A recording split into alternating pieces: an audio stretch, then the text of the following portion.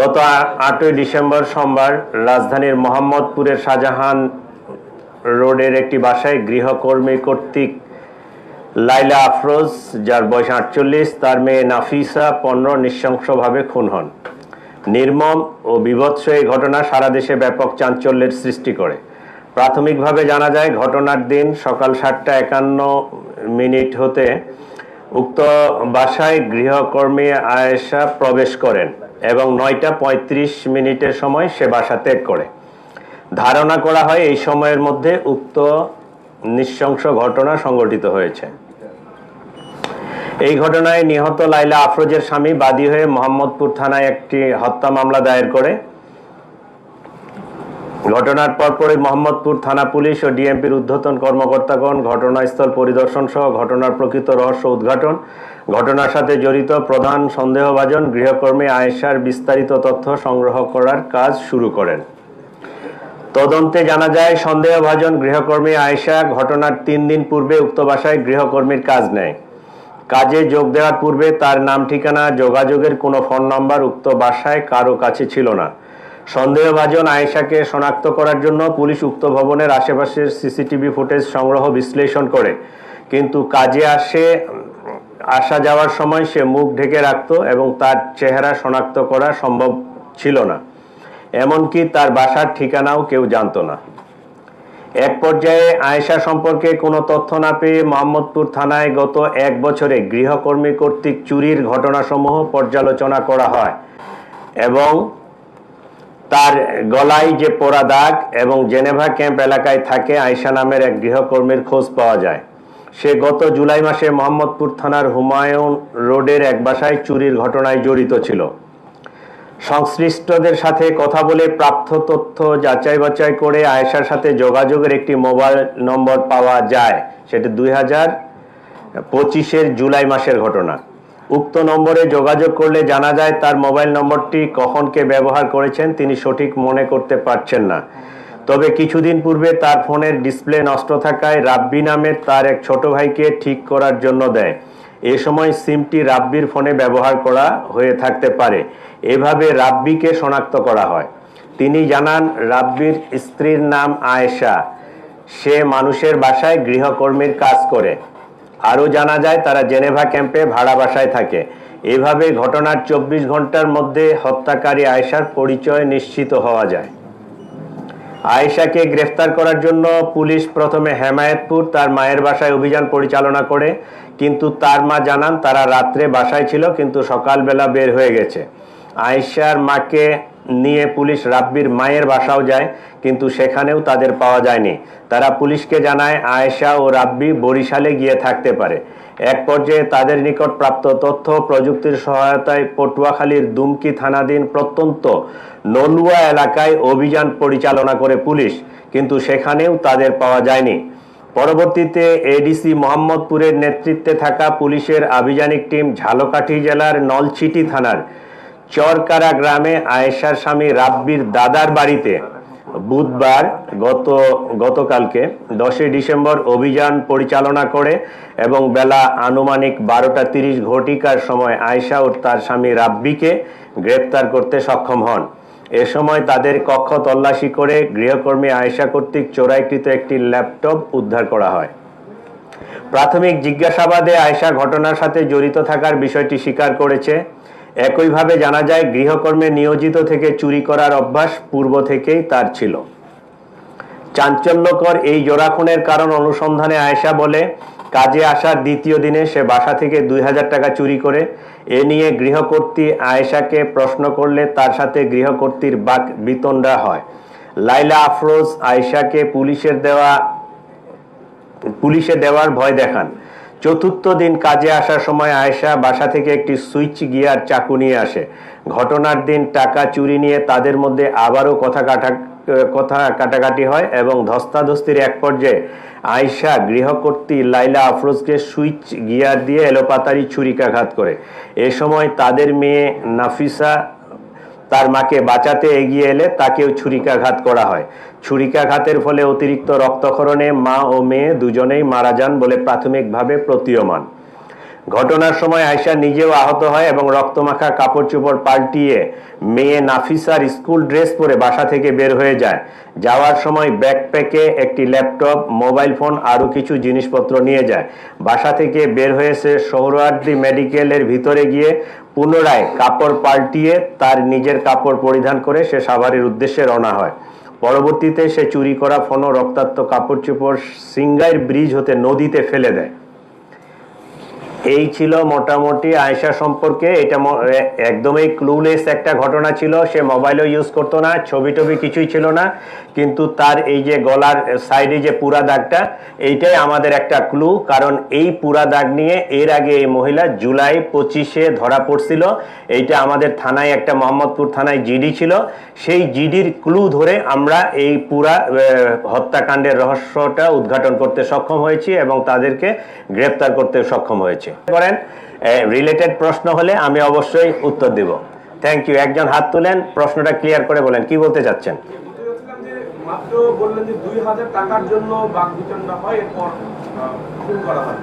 এটা ক্রিমিনালদের একটা সাইকোলজি, সে একটা এলিবাই তৈরি করে, ঠিক আছে। ও যদি 2000 টাকার জন্য বাকবিতণ্ডা হইতো তাহলে সে ইচ্ছা করলে তারপরের দিন আর কাজে নাও আসতে পারতো, কিন্তু সে ছুরি নিয়ে, চাকু নিয়ে তারপরের দিন ওই বাসায় ঢুকছে।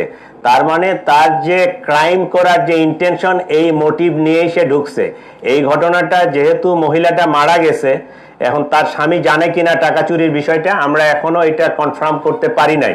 তবে এটা একটা এলিবাইও হতে পারে।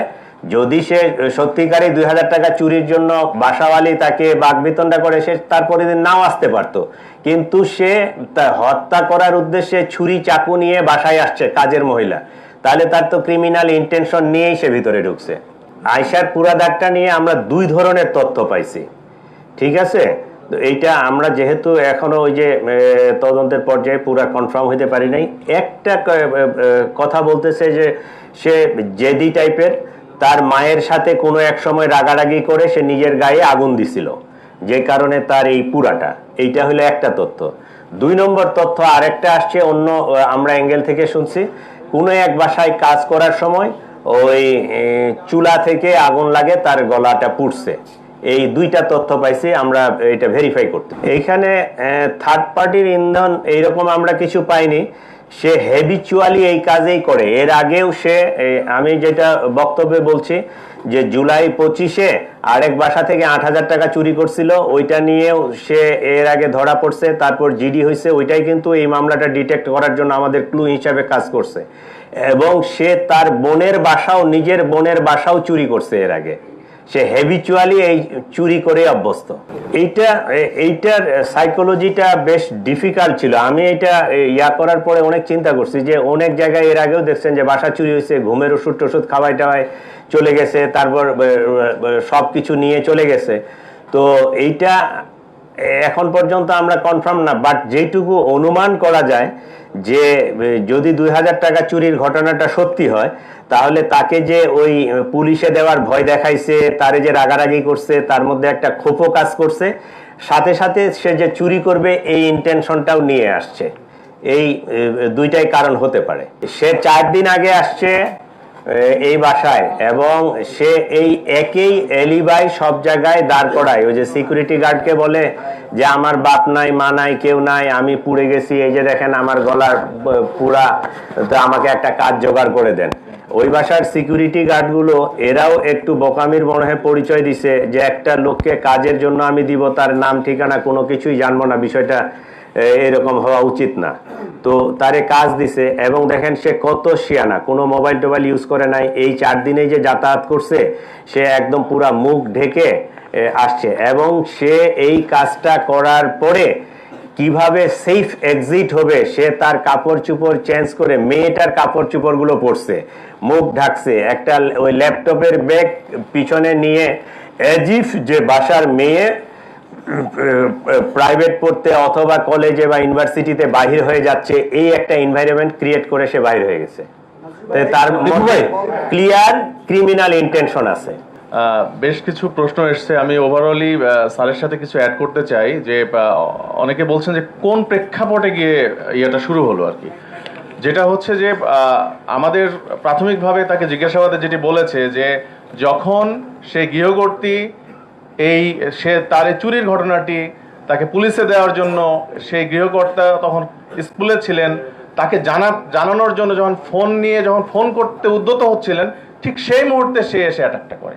প্রাথমিকভাবে আমাদের এটা বলছে, সেই মুহূর্তে সে ওই গৃহকর্ত্রীকে অ্যাটাক করে, তখন তাদের মধ্যে ধস্তাধস্তি হয় এবং সেই সময় সে ক্লাস 9 পড়ুয়া তার যে মেয়ে সে ঘুমিয়েছিল যখন মার সাথে ধস্তাধস্তি চলতেছে। তার পরবর্তীতে সে যখন এসে আবার ইন্টারকমে সিকিউরিটি গার্ডকে জানাতে যায়, তখন সে এসে আবার মাকে রেখে মেয়েকে অ্যাটাক করে। তো আমাদের কাছে প্রাথমিকভাবে এরকম মানে এই তথ্যটি এসছে। আর আপনারা যেটা বলেন সিন্ডিকেটের বিষয়ে, আমরা খুবই প্রাথমিক পর্যায়ে রয়েছি, আমরা বিষয়টি নিয়ে এখন স্টাডি করছি। তো সিন্ডিকেট আছে কিনা এটি নিয়ে আমরা ফার্দার স্টাডি করব, স্যারদের নির্দেশনে আমরা সেভাবে কাজ করব। আর ভাই, চাবির বিষয়টি আমাদের কাছে আসে নাই, এখন আমাদের কাছে এই বিষয়টি আসে না যে চাবির বিষয়টি নিয়ে, টাকা পয়সার বিষয় নিয়ে এসছে। এবং পরবর্তীতে সে যে জিনিসগুলো খোয়া গিয়েছে এটা মার্ডার করার পরে সে বিষয়গুলো নিয়েছে। আমরা গিয়ে পেয়েছি যে দুটো আলমারি খোলা, চাবি লাগানোই ছিল, কিছু ভ্যানিটি ব্যাগ তছনছ করা ছিল, সবকিছু মিলিয়ে মার্ডার করার পরেই সে এই জিনিসগুলো হচ্ছে সেখান থেকে তার ব্যাকপ্যাকে নিয়ে সে সেখান থেকে পালিয়েছে। স্বামী প্রাথমিকভাবে বিষয়টি এত বড় পরিসরে না জানলেও পরবর্তীতে সে জেনে তার ওয়াইফকে পালাতে সাহায্য করেছে। ঠিক আছে, এটা সিন্ডিকেট না বলে তারা মানে হ্যাবিচুয়াল অফেন্ডারই বলতে পারেন। এই ধরনের কাজ তারা আগেও করছে, যে যারা এই চুরি করে, ডাকাতি করে, ইভেন মার্ডার করে, সে তার পক্ষে একটা এলিবাই নেওয়ার চেষ্টা করে যে এইরকম একটা সিচুয়েশন, এই কারণে আমি এইটা করতে বাধ্য হয়েছি। এইটা আমি আগেও বলছি যে এটা আমরা এখনো ভেরিফাই করি নাই, কারণ তার স্বামীর অবস্থাটা তো আপনি বুঝতেই পারছেন। একটা মেয়ে, একটা ওয়াইফ মারা গেছে, 60 বছরের একটা লোক, তার অবস্থাটা কি। তো এইটা আমরা রিমান্ডে আনলে আরো হয়তো ডিটেইলসটা পাবো যে আসলে সেই জড়িত নাকি এটার পিছনে সিন্ডিকেট আছে বা অন্য কোনো উদ্দেশ্য আছে কিনা। এগুলো ডিটেইলস আরো আমরা রিমান্ডে নিয়ে আসলে আরো ডিটেইলস রিভিল হবে। এখন পর্যন্ত এইটুকুই আপডেট যে আমরা মেইন যে কালপিট যে এটা ঘটনাটা ঘটাইছে, তাই এত কিছু করার পরেও সে মোবাইল ইউজ করে নাই, ফেস অলওয়েজ ঢাকে রাখছে, তার আইডেন্টিটি গোপন রাখছে। তারপরেও আপনাদের দোয়ায়, আল্লাহ সহায়তায় আমরা এটা ডিটেক্ট করতে পারছি, আনভেল করতে পারছি। এখন সবকিছু বাই হয়ে যাবে। আপনাদের সকলকে ধন্যবাদ।